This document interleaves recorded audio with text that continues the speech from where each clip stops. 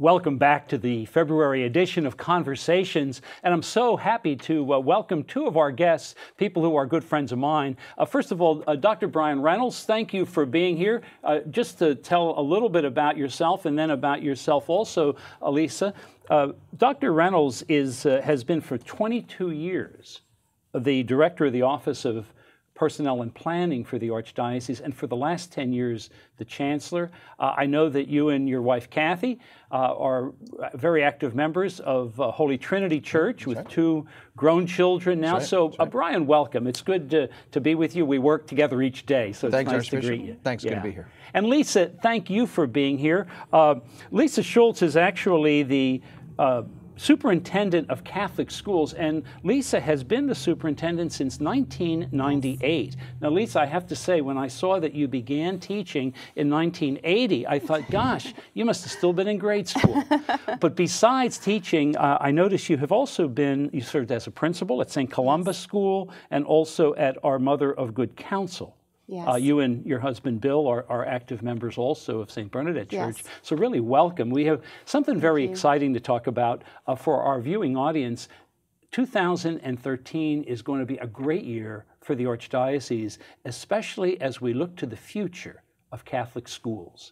And so thank you for spending this time doing it. Maybe, Leisa, you could begin. Why this year? Why are we studying Catholic schools in the future? Well, we know from our self-study that we did for our accreditation process a couple of years ago, the great and deep respect and love that this Catholic community has for our schools. Yeah. We picked up great affirmation there so that we knew we were very strong and very viable. However, we also noticed some challenges in terms of enrollment patterns and demographics. And so while everyone thinks very highly of our schools, we want to make sure that we have a very strong and viable system going into the future. And we thought this was an opportune time to gather some additional data and invite the Catholic community to work with us to look at what are some things that we can be thinking about and planning for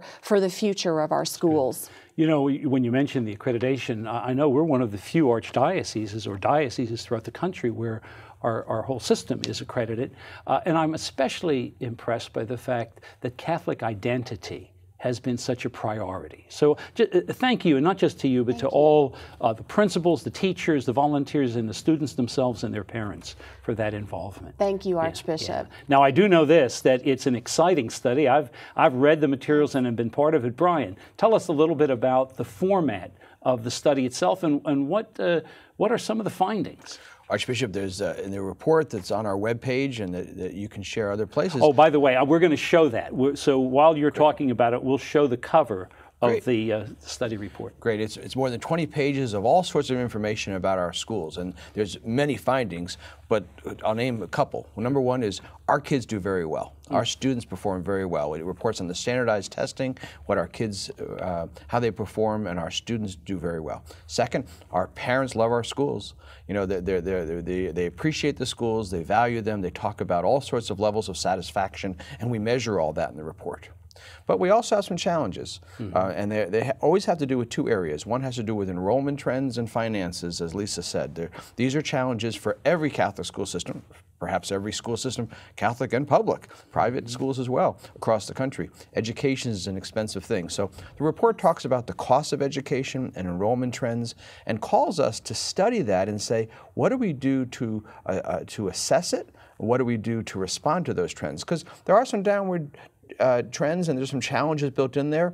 We're not in crisis planning, but the data tells us we have some work to do. Yeah, this is so prudent, especially, I mean, as you reminded me, our Holy Father last year, as part of the Ad Limina visits, talked at the end of the visits for the United States bishops about the key importance of our Catholic schools, and especially in the role of the new evangelization. So thanks for that. Here we are in the middle of February, and I know you've already done a great deal. Tell our viewing audience about the process. Who's getting involved, and when are we going to get some information on where we might be going? We're busy at it right now. Yeah. Virtually every parish has been sending in responses to the study. We asked them some questions about what they saw in the study and what recommendations they have in 2 areas, about governance and about funding.